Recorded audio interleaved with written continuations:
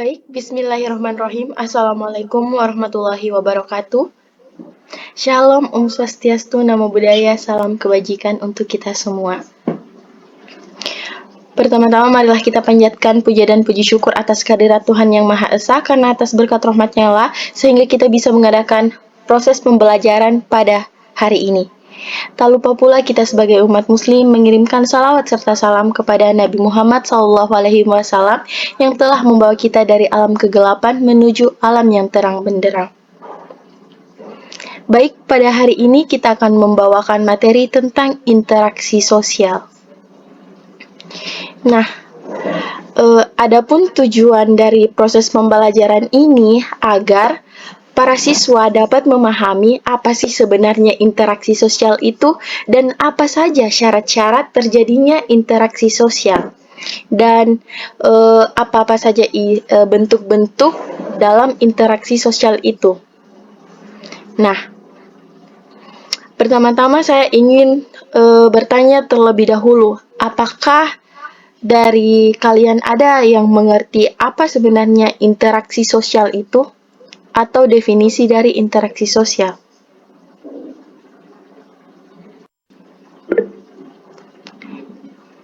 Baik, untuk Herawati, apa sebenarnya interaksi sosial itu? Baik, terima kasih atas kesempatan yang telah diberikan untuk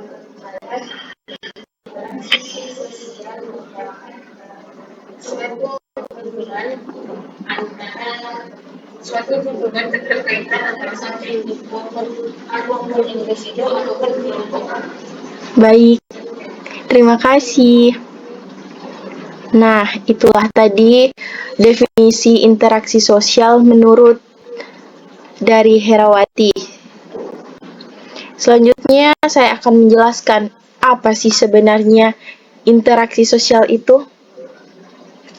Nah, secara bahasa itu berawal dari kata inter, yaitu antar atau saling, dan action, yaitu tindakan. Dan secara etimologis, interaksi sosial itu hubungan timbal balik antar sesamanya. Artinya, individu antar individu, individu antar kelompok, dan kelompok antar kelompok.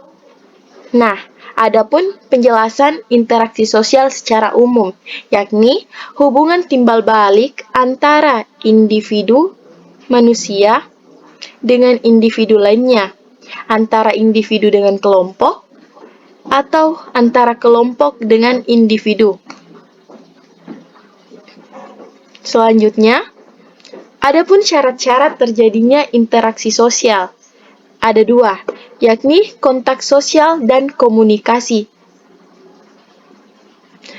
Apa sih sebenarnya kontak sosial itu? Jadi, kontak sosial itu dalam sosiologi dapat terjadi dengan adanya hubungan fisik maupun tidak, yang dimana maksud dari yang tanpa hubungan fisik itu contohnya telekomunikasi. Sekarang kita sudah hidup di era iptek, yaitu perkembangan teknologi. Jadi kita bisa melakukan interaksi melalui secara virtual, seperti yang kita lakukan sekarang. Nah, kontak sosial juga memiliki sifat-sifat, yaitu bersifat positif jika menghasilkan kerjasama dan bersifat negatif jika menghasilkan pertikaian. Misalnya, contohnya itu dalam berdiskusi. Dalam berdiskusi itu kita bisa mendapatkan sebuah jawaban yang sama. Maka di situ tidak akan menimbulkan pertikaian. Maka itu bersifat positif. Tetapi jika kita melakukan sebuah diskusi dan malah jawabannya itu berbeda, bisa saja itu menimbulkan sebuah pertikaian yang dimana itu merupakan dampak negatif dari interaksi sosial. Selanjutnya, bersifat primer. Jika pelaku interaksi bertemu muka secara langsung. Nah, contohnya itu mengajar di dalam kelas, kan kita bertatap secara langsung, maka itu disebut dengan bersifat primer. Dan yang kedua itu bersifat sekunder, jika melakukan sesuatu itu melalui suatu perantara, seperti yang juga kita lakukan sekarang ini secara virtual. Next, yaitu yang kedua, komunikasi. Komunikasi memuat komponen-komponen sebagai berikut. Komunikator, yaitu penyampai pesan. Komunikan, penerima pesan. Maksud dari komunikator itu contohnya, saya sebagai komunikator menyampaikan pesan terhadap teman saya. Contohnya itu Herawati. Nah, jadi Herawati itu merupakan komunikan karena dia penerima pesan. Yang ketiga, pesan atau segala sesuatu yang disampaikan komunikator. Contohnya itu saya sebagai komunikator menyampaikan pesan, misalnya, Hera, saya minta tolong untuk mengambilkan pensil di TU. Maka itu adalah pesannya atau isi yang ingin saya sampaikan kepada Herawati sebagai komunikan. Selanjutnya itu media. Media itu merupakan sarana untuk menyampaikan pesan. Nah, media itu contohnya itu HP. Saya menggunakan HP sebagai media untuk menyampaikan pesan saya kepada Herawati tadi. Selanjutnya itu efek. Efek itu perubahan yang terjadi pada komunikan setelah mendapat pesan dari komunikator. Adanya komunikasi menimbulkan kontak sosial. Nah, akan tetapi adanya kontak sosial belum tentu menimbulkan komunikasi. Interaksi sosial juga dapat terjadi melalui komunikasi nonverbal. Setiap pihak menyadari keberadaan pihak lain yang dapat menyebabkan perubahan perasaan. Bagaimana sih contohnya? Misalnya, tadi Hera perasaannya itu senang waktu belum disuruh oleh saya yang sebagai komunikator. Tetapi setelah saya menyuruhnya, Hera itu merasa kesal karena dia merasa, kenapa ini ibu saya nak perintah? Nah, itu terjadi perubahan perasaan kepada Hera. Next. Nah, jenis-jenis interaksi sosial. Ada 3, yakni interaksi antar individu, yaitu yang kedua interaksi individu dan kelompok, dan yang ketiga interaksi antar kelompok. Bagaimana sih contohnya? Interaksi antar individu berarti hanya satu orang dengan satu orang. Contohnya, saya dan Hera. Saya berinteraksi dengan Hera. Yang terjadi hanya antara individu dengan individu. Kemudian, interaksi individu dengan kelompok.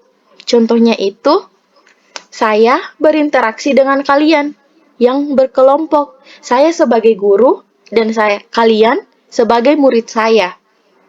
Dan selanjutnya interaksi antar kelompok. Contohnya, misalnya saya bersama dengan teman guru saya melakukan interaksi dengan kelas kalian, murid-murid yang ada di kelas kalian. Berarti ada kelompok guru dan ada kelompok siswa yang melakukan sebuah interaksi. Dan itu yang disebut interaksi antar kelompok. Next. Adapun faktor-faktor pendorong terjadinya interaksi sosial, baik di dalam maupun di luar diri manusia. Artinya, faktor-faktor ini bisa saja terjadi dari diri dalam manusia itu sendiri atau dorongan dari luar. Nah, adapun dari dalam seperti dorongan kodrati sebagai makhluk sosial. Apa sih sebenarnya dorongan kodrati itu? Jadi, kita sebagai makhluk sosial itu tidak bisa hidup sendiri, tidak bisa berdiri sendiri di dunia ini. Maksudnya, kita itu butuh bantuan dari orang lain untuk menjalankan kehidupan kita di bumi ini. Nah, yang kedua, dorongan untuk memenuhi kebutuhan. Maksudnya, dalam melakukan pemenuhan kebutuhan kita juga memerlukan bantuan dari makhluk lain. Maka, dengan begitu akan terjadinya sebuah interaksi sosial antara kita dengan makhluk lain itu, yakni individu. Dan yang ketiga atau yang terakhir dari dalam diri sendiri yaitu dorongan untuk mengembangkan diri. Misalnya, kita ingin mengembangkan diri kita seperti ingin pintar. Jadi kita mengembangkan diri kita dengan belajar, yaitu bagaimana kita melakukan interaksi dengan orang pintar agar kepintarannya tertular dengan diri kita. Selanjutnya itu faktor dari luar. Ada imitasi, identifikasi, sugesti, motivasi, simpati, dan empati. Imitasi itu lebih kepada meniru seseorang dan tidak beda jauh dengan identifikasi. Akan tetapi, identifikasi itu lebih mendalam. Dia sudah ingin menyamai orang yang ditirunya. Selanjutnya itu sugesti dan motivasi, di mana sugesti itu kita terhipnotis oleh orang itu atau terpengaruh dari orang tersebut, sehingga kita termotivasi untuk melakukan hal apa yang dilakukan oleh orang tersebut. Nah, selanjutnya simpati dan empati. Kedua hal tersebut hampir sama, di mana simpati atau empati ini kita merasa iba karena kita merasakan apa yang orang tersebut sedang rasakan. Saya ambil contoh, misalnya kejadian tsunami di Aceh, di mana kita juga merasakan apa yang mereka rasakan, rasa gelisah, rasa sedih karena ditinggal oleh keluarga. Nah, itu bisa disebut sebagai simpati atau empati. Next. Nah, apa sih sebenarnya status dan peranan individu dalam interaksi sosial? Yaitu status, di mana individu memiliki kedudukan atau posisi seseorang dalam kelompok masyarakat secara umum sehubungan dengan keberadaan orang lain di sekitarnya. Seseorang dapat mempunyai beberapa status karena ikut serta dalam berbagai pola kehidupan. Selanjutnya, peran. Peran individu yaitu pelaksanaan hak dan kewajibannya seseorang sesuai dengan status sosialnya. Jika seseorang telah melaksanakan kewajibannya dan meminta haknya sesuai dengan status yang disandangnya, maka ia telah melaksanakan perannya. Status dan peran tidak dapat dipisahkan karena tidak ada peran tanpa status dan begitupun sebaliknya, tidak ada status tanpa peran. Next. Nah, yang terakhir, bentuk-bentuk interaksi sosial. Ada asosiatif, akomodasi, asimilasi, dan akulturasi. Di mana asosiatif itu contohnya telah terjadi sebuah interaksi sosial karena adanya kerjasama atau hal-hal yang membuat kita melakukan interaksi karena kesamaan kita. Contohnya, sesama guru. Mereka melakukan interaksi karena adanya kesamaan profesinya. Selanjutnya, akomodasi, di mana akomodasi ini terbentuk karena adanya sebuah konflik. Misalnya, orang yang ingin bercerai, telah terjadi sebuah konflik, makanya dia pergi ke jaksa, dan hal tersebut berarti telah melakukan sebuah interaksi antara orang yang memiliki permasalahan dengan jaksa tersebut. Selanjutnya, asimilasi. Jadi, asimilasi itu di mana kebudayaan lama dengan kebudayaan asing melebur dan sehingga menciptakan budaya yang baru. Dan yang terakhir, akulturasi. Akulturasi yaitu kebudayaan lama dengan kebudayaan satu yang saling berinteraksi akan tetapi tidak melupakan budaya yang lama.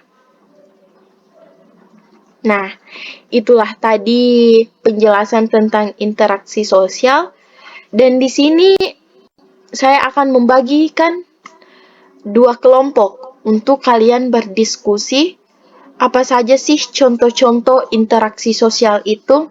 Nah, jadi saya akan membagikan kelompok ya. Nah, jadi kita akan membagikan sebuah kelompok. Jadi kita akan membagi dua kelompok yang dimana satu kelompok itu terdiri dari 3 orang. Kelompok pertama ada Wira Wulandini, Nadimah Nasir, dan Andi Natasha. Kelompok kedua itu Nurul Latifah, Herawati, dan Arma. Jadi saya akan memberikan beberapa waktu untuk kalian berdiskusi mengenai contoh apa saja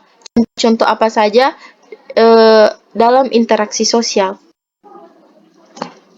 Baik, apakah sudah ada kelompok yang siap untuk mempresentasikan hasil diskusi kelompoknya?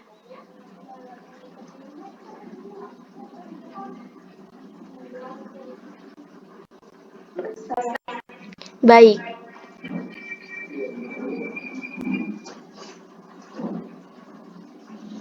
Silahkan Armayanti. Contoh interaksi sosial itu seperti menyapa tetangga saat tidak sengaja bertemu, terus bertanya kepada orang yang dijumpai tentang arah suatu tempat, terus kakak bermain dengan objeknya.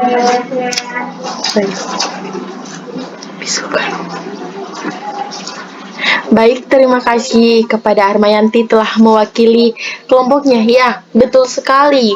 Seperti menyapa tetangga itu merupakan salah satu bentuk interaksi sosial. Nah, selanjutnya, kelompok 2. Siapa yang bisa mewakilinya?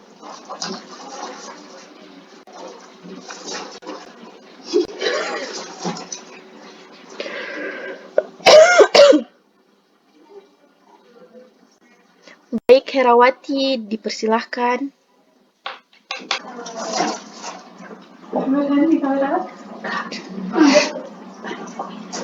Dari interaksi sosial berarti media online.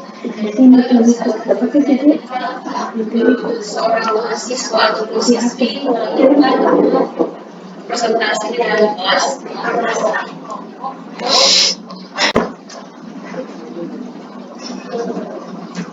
Nah, dia itu melakukan interaksi dengan kelompok lain. Ya. Baik.